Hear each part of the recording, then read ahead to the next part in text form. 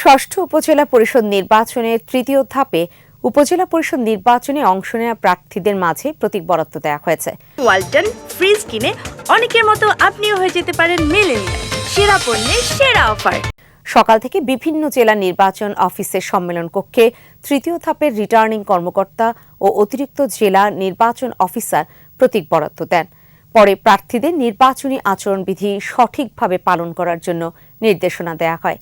প্রতীক বরাদ্দের পরপরই প্রার্থীরা নিজ নিজ এলাকায় প্রচারণা শুরু করেন। টাঙ্গাইল ৩, নোয়াখালী ৩, কুড়িগ্রামের ৩টি উপজেলায় প্রার্থীদের প্রতীক বরাদ্দ দেওয়া হয়েছে। এছাড়া যশোরে ৩, পাবনায় ৩ ও গাইবান্ধার সুন্দরগঞ্জ এবং সাদুল্লাপুর উপজেলা পরিষদ নির্বাচনে প্রার্থীদের মাঝে প্রতীক বরাদ্দ দেওয়া হয়।